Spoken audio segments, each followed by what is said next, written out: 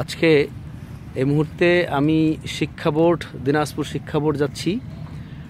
শিক্ষা বোর্ড থেকে এসএসসি পরীক্ষার ম্যাটেরিয়াল এবং সেই সাথে কেন্দ্র সচিবদের একটি সভায় অংশগ্রহণের জন্য আমি শিক্ষা বোর্ডে যাচ্ছি। তো দেশের অত্যন্ত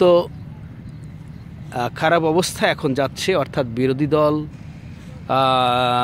অবরোধ ডাকায় সারা দেশে বিশৃঙ্খল একটি পরিবেশের সৃষ্টি করেছে।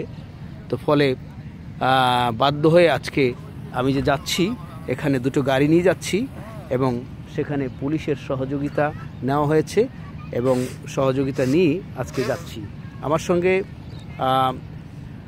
তুষভান্ডার RMMP সরকারি উচ্চ বিদ্যালয়ের কেন্দ্র সচিব জনাব আব্দুল কাদের আছেন, পাশাপাশি কৈলাস আছে।